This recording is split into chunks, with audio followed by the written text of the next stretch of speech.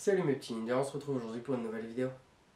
Aujourd'hui j'aimerais vous parler de l'influence qu'a le manga en Angleterre, car récemment, il y a quelques semaines, du coup, je suis allé à Londres et j'y ai fait des petites visites intéressantes et j'ai donc eu l'idée de me renseigner sur ce que le manga apporte en Angleterre, s'il est important, tout ça, et donc de vous en faire une vidéo parce que j'ai regardé sur YouTube et j'ai pas vu de vidéo qui aborde ce sujet et moi je trouvais ça intéressant, donc c'est parti.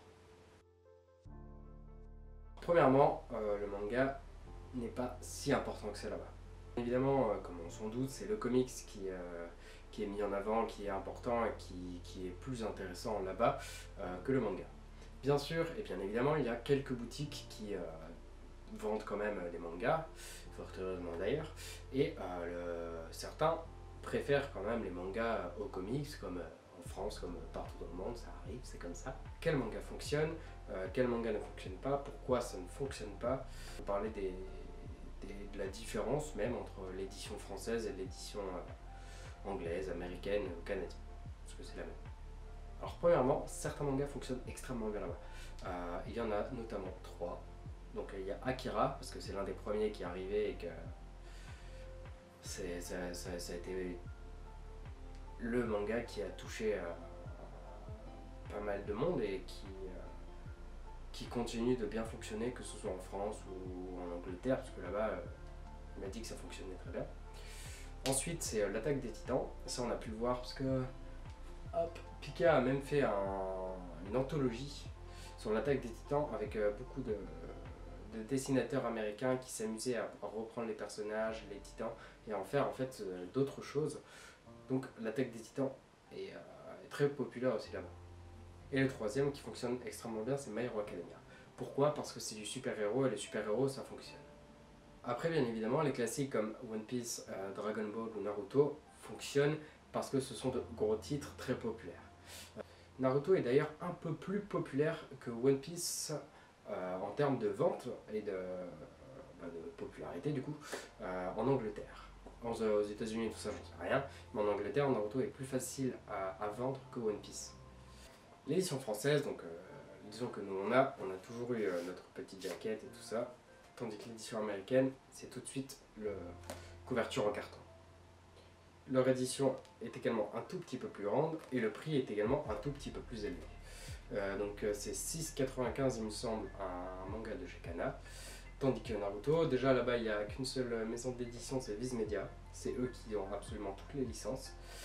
Et, parce que c'est Angleterre, Canada et États-Unis, toujours en anglais donc c'est les mêmes éditions. Et ouais. Donc c'est 6,99 livres en Angleterre, ce qui nous donne approximativement ce prix-là en euros. Donc c'est relativement plus cher, sachant que Londres est déjà l'une des villes les plus chères au monde. Ensuite, on peut aussi remarquer sur ce tome que la couverture est moche. Genre, je sais pas, c'est trop. Je sais pas. C'est pas harmonieux là-dessus. Et ce que j'aimerais vous dire ensuite, c'est trois mangas qui ne fonctionnent pas du tout, je ne sais pas pourquoi, en Angleterre. Alors pourtant, je vais vous parler des mangas qui sont connus de tout le monde, comme ça sera plus simple. Ces trois mangas ne fonctionnent pas et je ne sais pas pourquoi. C'est pour moi un peu un mystère. GTO. GTO ne fonctionne pas là-bas. Donc j'ai essayé de demander à un vendeur et en fait le vendeur m'a dit que les codifications du prof là-bas ne fonctionnent pas parce que les profs en Angleterre c'est des écoles où ils sont tous avec un uniforme et tout ça, comme au Japon, mais pourtant du coup là-bas GTO non ça ne fonctionne pas. Le prof comme ça un peu rebelle et tout ça, non. Il n'y a pas moyen. En deuxième position, je vais vous en sortir un qui m'a plu et donc j'ai demandé, Bakuman. Bakuman ne fonctionne pas parce que là-bas, les Anglais ou les Américains ne veulent pas devenir auteurs de manga, mais préfèrent devenir auteurs de comics et tout ça. Donc en fait, le fait de découvrir l'histoire de jeunes auteurs qui ont envie de devenir mangaka, eux, ça les intéresse pas vraiment, et même pas du tout. Et troisième manga, Bleach. Bleach se vend auprès de gros fans de manga, mais auprès de collectionneurs normaux, on va dire, moyens, lambda, ça ne fonctionne pas. Bleach qui ne se vend pas a un peu plus de mal à se vendre. Et quand je demande pourquoi, en fait, le vendeur m'explique que, ce que je peux comprendre, Bleach n'a pas de ligne directive principale. Ichigo n'a pas de but propre. Dans Naruto, c'est devenir le Hokage. Dans One Piece, devenir le seigneur des pirates. Et dans Bleach, c'est quoi? Rien. Le manga en Angleterre est tellement peu populaire qu'il n'y a pas de boutique propre où on vend par exemple que des mangas. Ça n'existe pas là-bas. Enfin, en tout cas, dans les quartiers que j'ai visités, que dalle. On a trouvé une boutique, JP Book, qui était très sympa. Les vendeurs sont japonais, sont super sympas, sont pas mal renseignés. C'était très intéressant d'y aller. Derrière une petite photo de moi là-bas.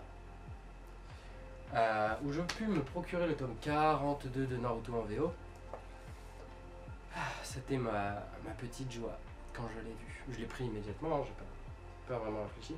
Un de mes tomes préférés, avec ma couverture préférée, des couleurs qui claquent, je sais pas. Cette couverture est magnifique. J'ai un rayon de soleil dans la gueule. Mais ouais, là-bas, c'était assez compliqué de trouver des boutiques de manga. Et en fait, si tu cherches une boutique de manga, déjà bon courage. Et en fait, non, je cherche d'abord une boutique de comics. Et en fait, moi j'en ai trouvé une, ça s'appelait Gauche Comics. Et en fait, on est allé dans cette boutique qui a au rez-de-chaussée, c'était énorme, il y avait plein de comics de tout ce que tu voulais, Riverdale, Batman, Superman, Spider-Man, tout ce que tu veux, même des trucs en français, genre Tintin et tout. Ensuite, il y avait un étage, enfin un sous-sol, enfin un -1 quoi. Donc j'y suis allé naturellement. Et parce qu'on m'a dit que les mangas c'était en bas et je vois plein de trucs, je fais putain, waouh, des comics partout. Et là, un petit prout là, petit cul de manga, presque rien. Il y avait pas Seven Deadly Sins, il y avait One Piece, c'était à partir de la guerre, il n'y avait pas tout ce qu'il y a avant. Naruto, il y avait tout. My Hero Academia, naturellement, il y avait tout et c'était bien mis en avant. Akira, pareil. L'attaque des titans, c'était bien mis en avant aussi. Voilà. Bon, je vais pas tout dire. Gun aussi, c'était mis en avant, alors, vu que le film va sortir. Enfin, est sorti. Mais j'étais vraiment étonné et sur le cul de voir que le manga là-bas est si peu important, alors que nous, on est le deuxième pays, donc forcément après le Japon, à consommer le plus de mangas dans le monde. Et on est frontalier avec l'Angleterre et tout ça, et voilà. Eux, nul, vraiment nul. Eux, c'est vraiment les comics, et pour moi, j'étais vraiment surpris de voir ça.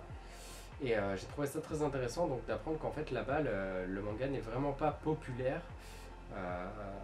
De par son format déjà, le sens de lecture qui reste aussi le sens de lecture japonais, qui du coup n'est pas forcément très apprécié là-bas.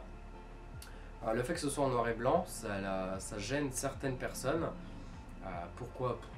Je sais pas, goût et les couleurs. Et j'ai également un tome de Maggie, parce que j'avais peur de ne pas trouver Naruto, parce que oui, dans JP Book, je suis d'abord tombé sur le manga en VO, et Maggie tome 1 et le tome de Naruto il n'y était pas. J'étais sur le cul quand même.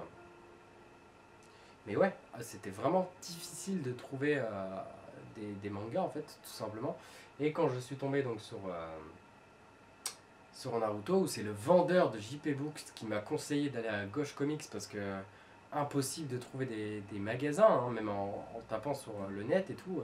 On arrivait dans des magasins qui étaient fermés, ou qui étaient fermés, mais genre depuis longtemps en fait, fermés, genre fermés. Genre c'est fou de se dire que genre c'est si compliqué de se procurer un truc. Enfin un manga quoi, c'est... Le Japon là-bas, ils aiment pas. Et petit conseil, si vous allez en Angleterre, à Londres et tout ça, si vous voulez facilement trouver tous ces magasins, manga, machin, tout ça, ou des conseils, vous allez au quartier de Chinatown. Tout est à côté, absolument tout est à côté. Côté aussi de Piccadilly Circus, c'est à côté.